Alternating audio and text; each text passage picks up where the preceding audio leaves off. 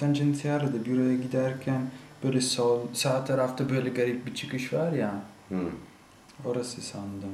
Ha yok, orası değil. Ama oraya da Oraya da gidilebilirdi. gidebiliriz, evet. Yarın sabah yağmur, ama yağmur yağmışsa çamurlu yerlerde yürüyemeyiz.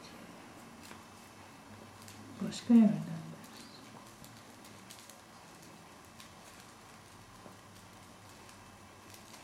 Sabah olsun bakarız. Hava nasıl? Sabah oldu, sabah oldu. Hemen çek. Sigaramın dumanı.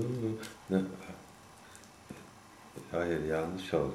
Sabah oldu, sabah oldu.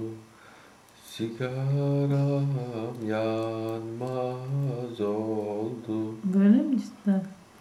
Sigaramın dumanından gözlerim görmez oldu.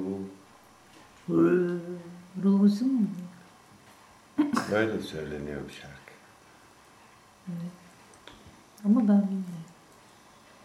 Bu kadar, 4 satır. Sabah oldu, sabah oldu. Sigaram yanmaz oldu. Sigaramın dumanından gözlerim görmez oldu. Eskiden bunları dinleyip içki içip mektup Efkar- yazardık. Efkarlanır.